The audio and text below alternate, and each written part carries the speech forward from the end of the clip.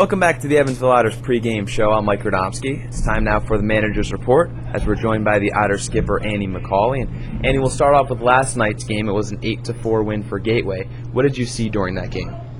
Well, we didn't make a lot of plays on defense, which kind of let them in the game, early on.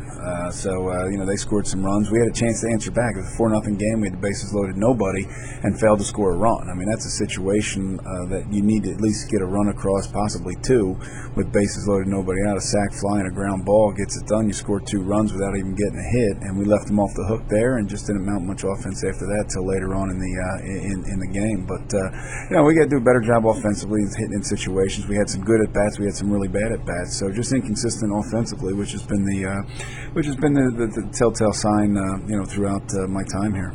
In situations like that, with runners in scoring position, maybe no outs or 1 out, what's the mindset for the hitters when they go up to the plate? Well, we situationally hit every day in batting practice. I mean, that's the first round we do is situationally hit. And one's a hit and run. The other one is get them over from second base with nobody out. The next one's getting them in from third, either infield back or infield in. So we do it every day, and they're well aware of, what the situation is and what they're required to do in that situation. It's just we're failing to execute in those situations. But bases loaded, nobody out, you're looking to lift the ball in the air, get it to the outfield. Hopefully it finds a gap, but if not, at least you got a fly ball to the outfield that they can that we can score a run on with a sacrifice fly. Hopefully move the runner from second to third if it's the right field, and then the ground ball will score them because the infield will still be back. But we didn't execute, and it was the bottom of our lineup with guys that aren't regular guys. Smythe was hitting in the 8-hole with Killian getting a day off, and then Alvarado. So it was our 8-9 hitters, but we're not looking for a big hit there. We're just looking to situationally hit a ground ball, fly ball. So the mindset is there. They know what they have to do. They know what we're expecting of them to execute, and we just haven't been executing in those situations. Andy McCauley joining us here on the Evansville Otters pregame show. In those first few innings, it looked like it was a pitcher's duel back and forth, and then Kyle Barry seemed to struggle in the middle. What changed for him? Well, we were out of that inning. He gave up the 2 runs, and then I think we made an error, and then it was an 0-2 pitch down and into a lefty. It was a good pitch if the count was an 0-2, and against the hitter that we were facing in Peters, who's hitting pretty well for him. So I mean, it was an 0-2 pitch, breaking ball down and in. He just dropped the head, and if it's 301 down that right field line, I'll be surprised. But it barely made it over the fence at 301, and it was a 2-run home run that made it 4-0. But we got to battle back. We could have scored 2 runs and made it a 4-2 ball game, which would have been a little different. We left them off the hook a little bit, letting their starter go so long because they're a little short in the bullpen. And for your team, Marcel Champagnie back yesterday DHing. What did you notice with him? He had good at-bats. Was a little antsy his first at-bat, swung at the first and second pitches of the game. I think he could have seen some pitches there. We went over that with him. He was just a little antsy. But, as the game went on, his at-bats got better and better.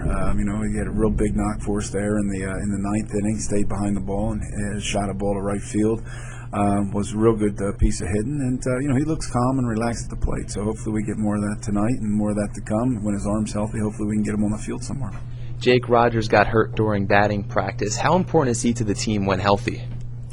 Well, I mean, he's a big part of it. He hits in the middle of the order. He's got some experience, so he's got some savvy as far as game situations go. But it was a tough knock. It's something that he'd never experienced before, and we're still up in the air as far as getting a diagnosis on it. We'll have a doctor look at it today here at the park, and we'll take it from there. But the first thing is that he gets that he's okay, and then we'll take a look at when we can get him back on the field. But a back is nothing to mess with, much like a neck, and we just want to make sure he's okay before we move on and do anything. So we're going to take our time with him and see what the case is and when he can get back for us. But just a fluky thing. It just got done stretched, so it's nothing there. It's just something that tweaked, and we'll see what the final answer is tonight, hopefully.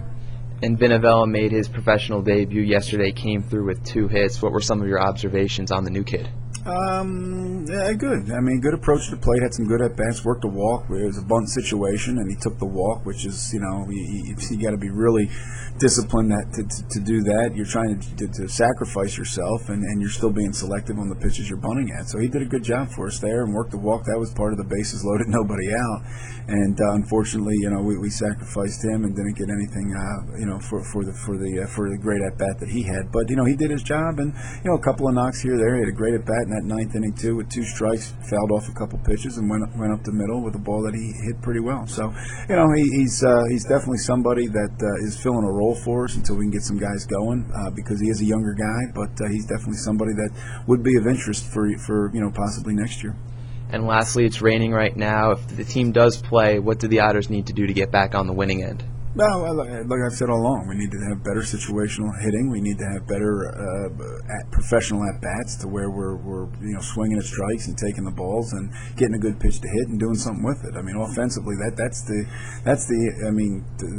whole problem that we have offensively is recognizing situations and hitting situationally, and having good professional at-bats, getting pitch counts of the opposing pitchers up into the higher digits to where we can get into a bullpen. And some nights we do it, some nights we don't, and that's been the frustrating part because it is in there, and we harp on it every day. We work on it every day, but some days are better than others with the execution of what we're trying to preach, hitting philosophy-wise. But we got a new guy pitching for us tonight. We did the trade for Cameron Aspis. He'll be pitching tonight. I'll see what he's got. We'll be backing him up very closely with Andy Wells, who we liked in his last start, and we're going to evaluate which one stays in the pen and which one stays as our starter, and we'll go from there. So we're still taking a look at guys, even though we're into the season, quite a bit for everybody, and about 3 weeks for me. But we're still evaluating and seeing what our best opportunity to throw out there is. So start with Cameron. We need a good start out of him. We'll turn it over to Andy Wells in the later innings and see how he does, and then hopefully we got a lead in the 7th, 8th, and 9th, and we can turn it over to our bullpen. It's been outstanding. Andy, thanks again for joining us. Best of luck tonight against Gateway. All right, thanks a lot, Mike. That was Andy McCauley, the Evansville Otters manager, and we'll be right back on the pregame show right after this.